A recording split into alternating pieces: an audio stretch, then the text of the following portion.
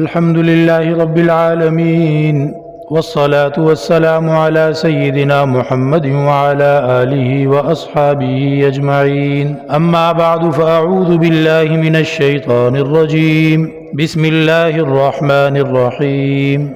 إنا أنزلناه في ليلة مباركة إنا كنا منذرين فيها يفرق كل أمر حكيم أمرا من عندنا إنا كنا مرسلين. دن اور مہینے، ہفتے اور سال اللہ رب العزت کی مخلوق ہیں. اللہ تعالیٰ نے سورج اور چاند کے نظام کو بنا کر وقت کو پیدا فرمایا، اور پھر اللہ رب العزت نے قرآن کریم میں قرار دیا کہ مہینے میں نے 12 بنائے ہیں. ان 12 مہینوں میں سے اللہ رب العزت نے 4 مہینوں کو خصوصی احترام کا درجہ عطا فرمایا. اور قرآن کریم کی تعلیمات سے یہ واضح طور پہ پتہ چلتا ہے کہ منحوس دن کوئی نہیں ہوتا، منحوس رات کوئی نہیں ہوتی. نحوست انسان کے اپنے کفر میں، بدعملی میں ہوتی ہے. انہی مہینوں میں سے ایک مہینہ شعبان کا ہے جو رمضان مبارک سے پہلے کا مہینہ ہے، اور جو اللہ کی توفیق سے ابھی چل رہا ہے، اور ہم اسی مہینے میں آج جمعے کے دن بیٹھے ہوئے ہیں. پیر کے دن 15 شعبان ہے، اور اتوار کی مغرب کی اذان کے بعد 15ویں رات ہے. یہ وہ رات ہے کہ جس کے بارے میں فضیلت اور خصوصیت قرآن حدیث سے معلوم ہوتی ہے. لیکن جیسا کہ عوام کی عادت ہوتی ہے کہ عوام اپنی مرضی سے بھی معاملات کے اندر اپنی کچھ موج مستی، کچھ اپنے خواہشات، کچھ اپنی رسومات شامل کر دیتے ہیں، اسی طرح عوام نے 15 شعبان کے ساتھ کر رکھا ہے. اور یہ حضرت موسیٰ علیہ السلام کی قوم میں بھی اس کی مثال ہمیں ملتی ہے.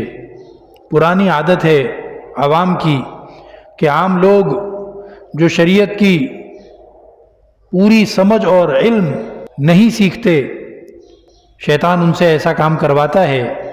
جیسا کہ ہم دیکھتے ہیں حضرت موسیٰ علیہ السلام جب فرعون کو اللہ رب العزت نے غرق کر دیا، بنی اسرائیل کو اللہ تعالیٰ نے سمندر سے پار کروا دیا، انہیں نجات عطا فرما دیا، آزادی مل گئی، تو ایک جگہ سے گزرے. وجاوزنا ببنی اسرائیل البحر فأتوا على قوم يعكفون على اصنام لهم. ایک قوم کے پاس سے گزرے، جان بچنے کی خوشی ہے، فرعون کے غرق ہو جانے کی خوشی ہے، فرعونیوں سے، ان کی فوج سے نجات اور آزادی مل جانے کا ولولہ اور جوش ہے. اور اس حالت میں آزادی کی مستی میں وہ گزرتے ہیں ایک قوم کے پاس سے، کسی علاقے سے گزرتے ہیں. یعکفون علی اصنام لہم، اس علاقے کے لوگ بتوں کے پجاری تھے، اور وہ لوگ اپنے بتوں کے سامنے جو بھی ان کا رسم رواج تھا، جو بھی ان کا میلہ ٹھیلا ہوتا تھا، وہ اپنے بتوں کے سامنے کر رہے تھے.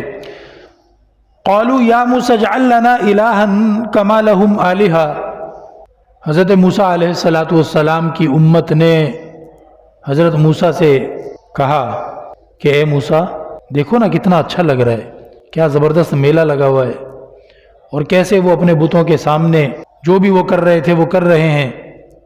اے موسیٰ، ہمارا بھی خدا ایسا ہونا چاہیے نا جو ہم اپنے سامنے جس کو دیکھا کریں، اور ہم اس خدا کو اپنے سامنے دیکھتے ہوئے ہم اس کے لیے کچھ کیا کریں، جیسے یہ لوگ اپنے بتوں کے سامنے کر رہے ہیں. حضرت موسیٰ علیہ السلام نے فرمایا انکم قوم تجہلون، کیا جہالت کی بات کرتے ہو. تو یہ اگر دین کی سمجھ نہ ہو تو شیطان انسانوں سے دین کے معاملات میں ان کی خواہشیں شامل کروا دیتا ہے. اب یہ 15 شعبان کی جو رات ہے، اس کے بارے میں احادیث مبارکہ سے ہمیں پتہ چلتا ہے کہ اس کی فضیلت ہے.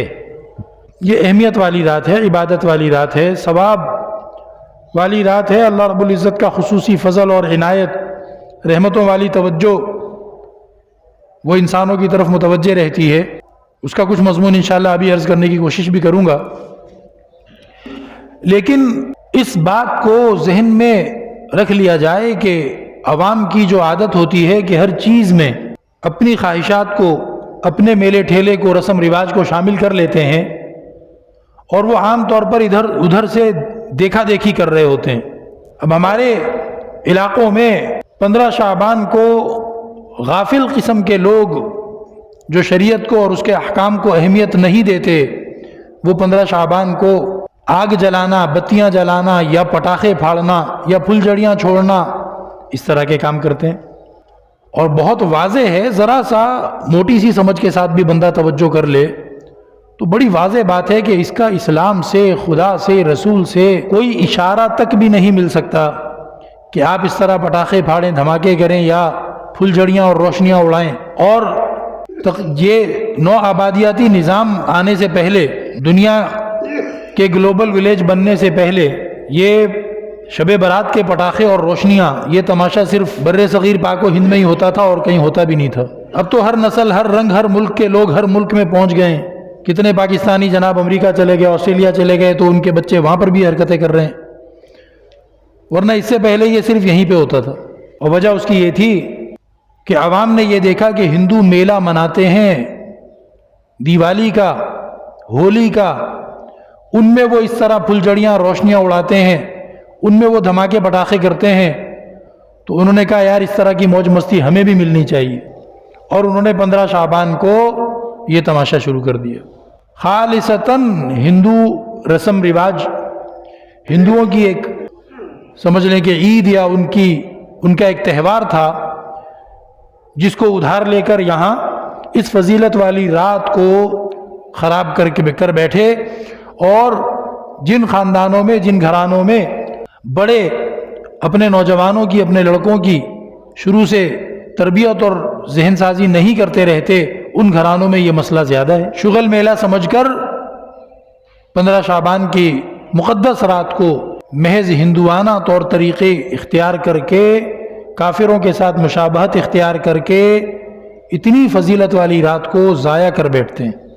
لہذا اس رات میں عبادتیں کرنا، اس رات میں توبہ استغفار کرنا، اس رات میں دعائیں مانگنا، اس رات میں صدقات کرنا، اس رات میں قیام اللیل اور تہجد اور تلاوت قرآن اور ذکر اذکار بہترین کام ہے، ضرور کرنے چاہیے، لیکن سب سے پہلے اس مشرکانہ ہندوانہ حرکت سے اپنے گھر والوں کو روکنے کی فکر کرنی چاہیے۔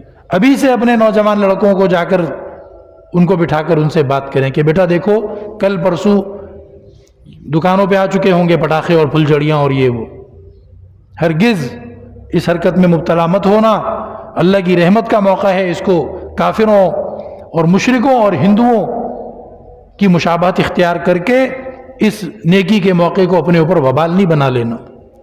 اگر کسی کو اتنا شوق ہے کہ وہ مر رہا ہے اس کے بغیر، تو بھائی اس تاریخ میں نہ کرے، اس کو گزرنے دے، اس کے بعد کر لے، کم سے کم اس تاریخ میں نہ کرے، تاکہ یہ جو مقدس موقع ہے اس کو ہم اپنے اوپر وبال نہ بنا بیٹھیں، نیکی برباد، گناہ لازم، ایسا نہ ہو جائے۔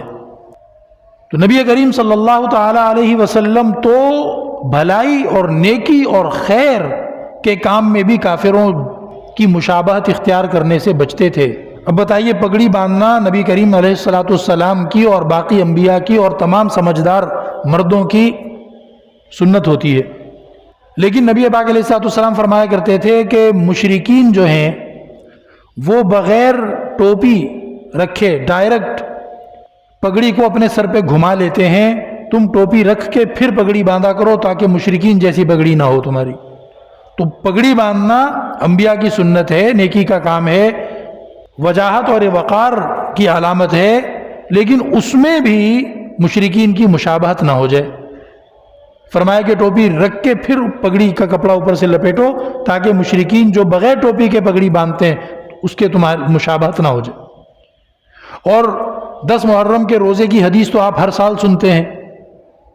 10 محرم کو نبی کریم صلی اللہ تعالی علیہ وسلم روزہ رکھتے تھے۔ پتہ چلا کہ مدینے میں یہودی بھی 10 محرم کا روزہ رکھتے ہیں۔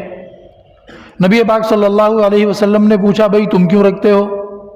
کہا کہ 10 محرم کو اللہ نے موسیٰ علیہ السلام کو فرعون سے نجات دی تھی، ان کی قوم کو نجات دی تھی، ہم شکرانے کے طور پر 10 محرم کا روزہ رکھتے ہیں۔ نبی پاک علیہ السلام نے فرمایا کہ ہمارا موسیٰ علیہ السلام کے ساتھ رشتہ تم سے زیادہ گہرا ہے، اور الحمدللہ ہم پہلے سے 10 محرم کا روزہ رکھ رہے ہیں اللہ تعالیٰ کے حکم کی وجہ سے، تو اب یہ والی بات بھی شامل ہو گئی کہ موسیٰ علیہ السلام کو نجات 10 محرم کو ملی تھی، تو ٹھیک ہے ہم تو پہلے سے رکھ رہے ہیں اور ہمارا موسیٰ کے ساتھ رشتہ تم سے زیادہ گہرا ہے۔ لیکن صحابہ کرام کو نبی پاک علیہ السلام نے بعد میں یہ فرمایا کہ بھائی اگر میں اگلے سال زندہ رہا تو 10 محرم کے ساتھ ایک روزہ اور بھی ملا لوں گا، 2 روزے رکھوں گا، کیونکہ سنگل 10 محرم کا ایک روزہ یہودی رکھتے ہیں، ہم یہودیوں کی طرح نہیں رکھیں گے، ہم 2 روزے کر لیں گے، یا اس کے ساتھ 9 کا ملا دیں گے یا اس کے ساتھ 11 کا روزہ شامل کر دیں گے، تاکہ یہودی وہ ہوں جو سنگل روزہ رکھتے ہیں اور ہم سنگل نہیں رکھیں گے تاکہ ہم یہودیوں جیسے نہ ہو جائیں۔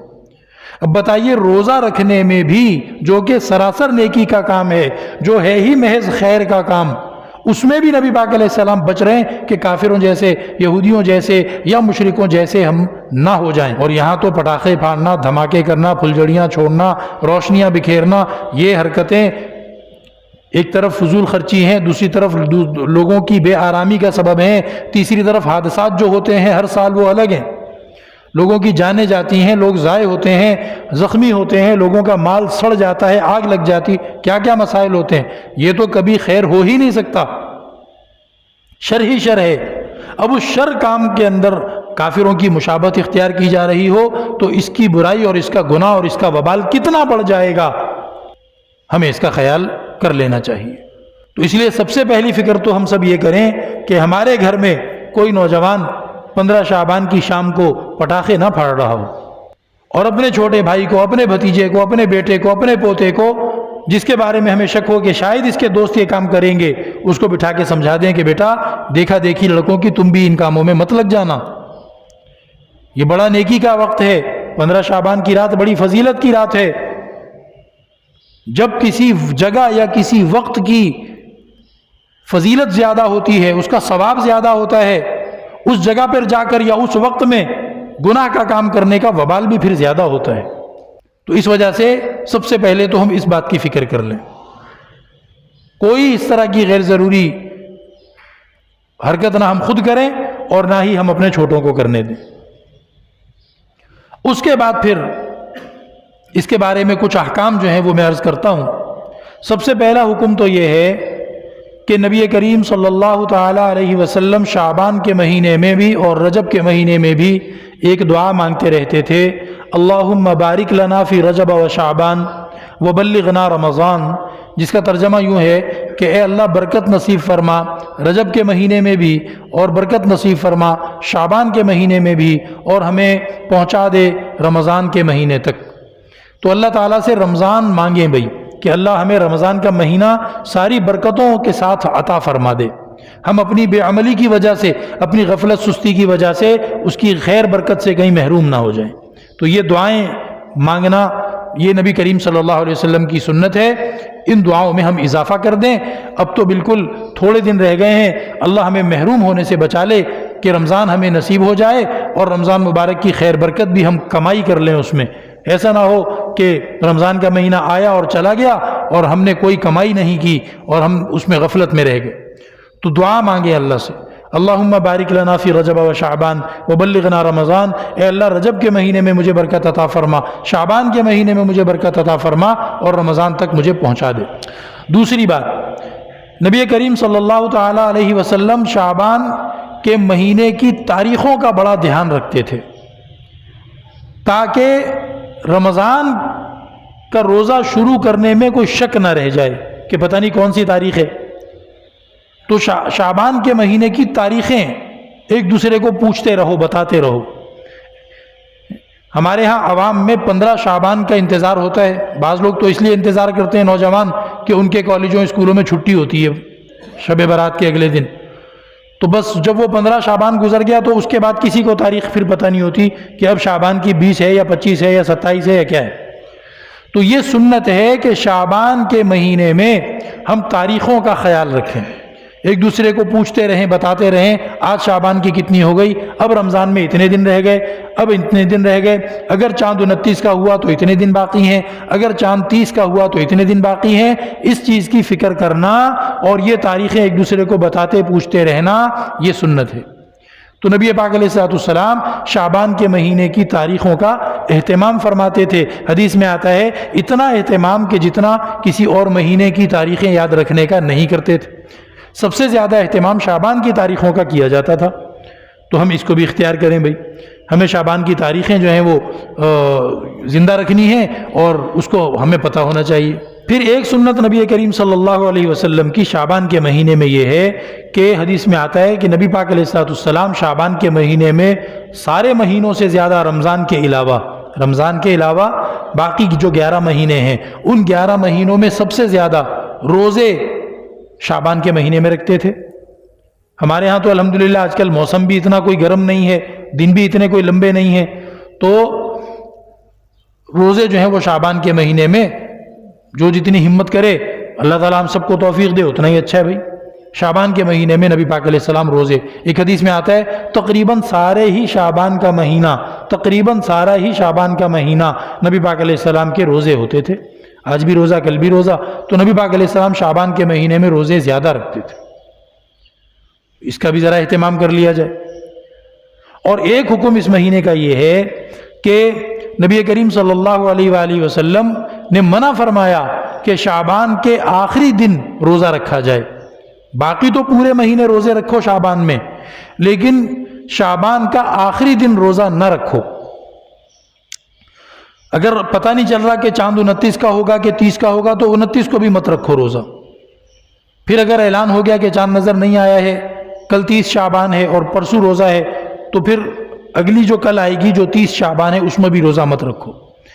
رمضان مبارک کو ایک دن پہلے سے شروع کرنا کہ اصل تو یکم رمضان آئے گا مثال کے طور پر جناب بدھ کے دن, لیکن میں منگل کے دن سے روزے رکھنا شروع کر دوں گا, مجھے اتنا شوق ہے روزہ رکھنے کا, تو یہ سنت کے خلاف ہے. نبی پاک علیہ السلام نے اس سے منع بھی کیا ہے, ایسا نہیں کرنا ہے بھائی.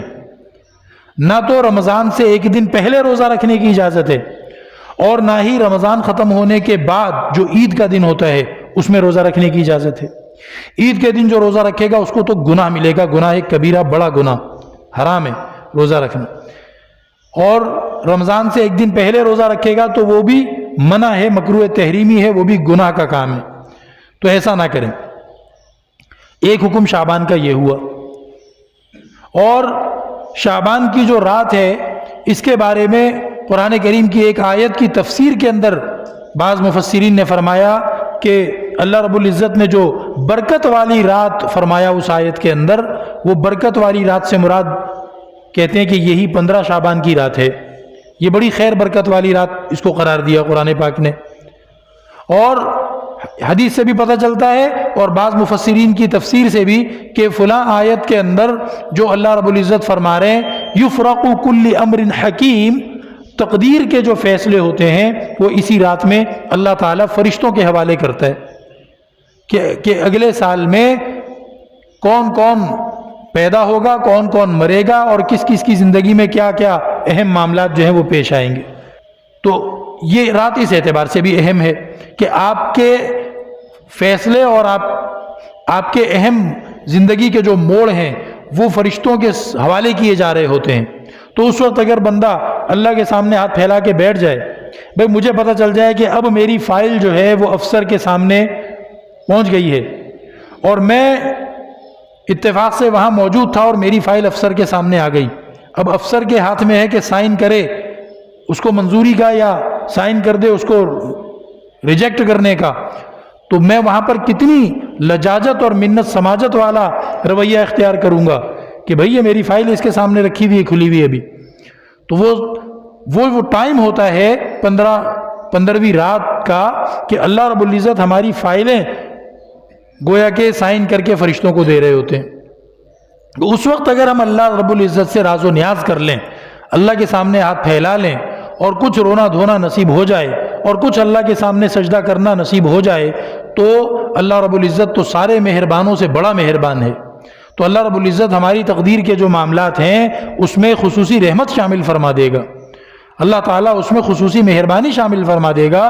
اس لیے اس رات میں عبادات کرنا یہ بہت اہم ہے, اور اللہ کے نیک بندے اس رات کو غفلت میں نہیں گزارتے, عبادت میں گزارتے ہیں. یہ تو بہت ہی بری بات ہے کہ ہم اس رات میں لہو لعب، کھیل کود اور پٹاخے دھماکے اور روشنیاں اور کھانے پینے اور اس طرح کے اللہ تللے میں یہ رات گزاریں، یہ تو بہت ہی بری بات ہے۔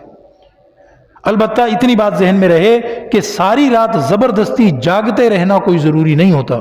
وہ کہتا ہے میں قرآن پڑھتا ہوں تو نیند آتی ہے، نماز پڑھتا ہوں تو نیند آتی ہے، تو جاگنے کے لیے آ جاؤ، بیٹھتے ہیں لطیفے سناتے ہیں تاکہ نیند اڑ جائے۔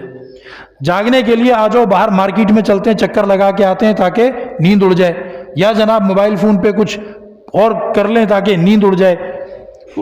بعض لوگ سمجھتے ہیں کہ پوری رات جاگنا ضروری ہے، بیچ میں سونا نہیں ہے۔ یہ غلط ہے بھائی، عبادت کرنا ضروری ہے۔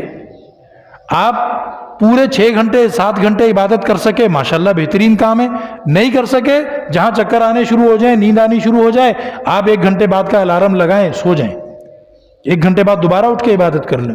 جتنا جاگیں اتنا عبادت میں جاگیں۔ جاگنے کی خاطر الٹے سیدھے کام کرنا کہ نیند آ رہی ہے، نیند اڑانے کے لیے چلو لطیفے سناتے ہیں، نیند اڑانے کے لیے چلو کوئی اور فضول کام کر لیتے ہیں، یہ غلط ہے۔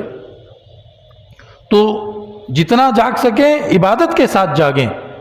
فضول کاموں میں جاگنا اور نیند اڑانے کے لیے فضول کام کرنا یہ کوئی سمجھداری کی بات نہیں ہے۔ اس سے بہتر ہے کہ آپ فجر میں وقت پر پہنچ جائیں اور اس وقت آپ اللہ رب العزت سے زیادہ دل لگا کر عبادت کر لیں، بجائے اس کے کہ آپ ساری رات فضول کاموں میں جاگتے رہے اور پھر فجر کی اذانوں کے ٹائم یا فجر کی نماز کے ٹائم آپ نے آدھے سوتے آدھے جاگتے نماز پڑھی کہ نہیں پڑھی پتہ نہیں، اور خوش ہو رہے ہیں کہ جی ہم نے رات عبادت میں گزاری ہے، تو اس کا کوئی فائدہ نہیں۔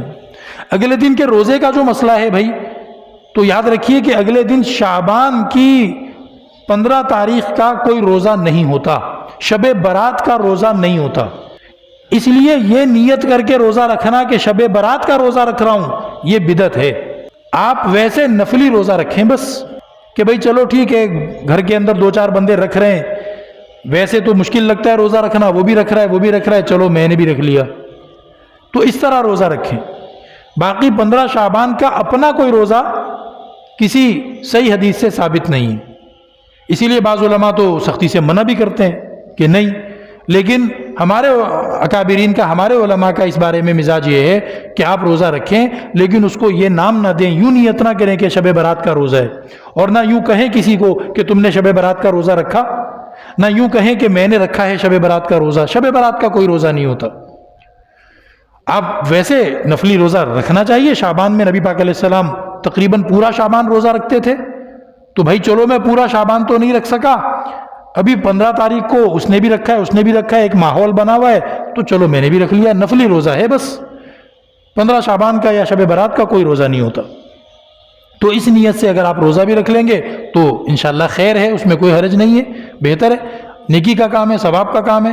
لیکن اپنی طرف سے کسی چیز کو نام دینا یہ اختیار اللہ اور رسول کا ہے کہ کون سا روزہ کس چیز کا روزہ، یہ ہم نہیں کر سکتے کہ فلاں کا روزہ، جیسے ہم یہ نہیں کہہ سکتے کہ 14 اگست کا روزہ ہے یا 6 دسمبر کا روزہ یا 23 مارچ کا روزہ، تو ہم تو کسی روزے کو نام نہیں دے سکتے نا، اسی طرح ہم یہ نام بھی نہیں دے سکتے کہ شب برات کا روزہ، تو وہ روزہ ہے ایک نفلی روزہ ہے، ثواب کا کام ہے، ٹھیک ہے آپ رکھ لیں گے۔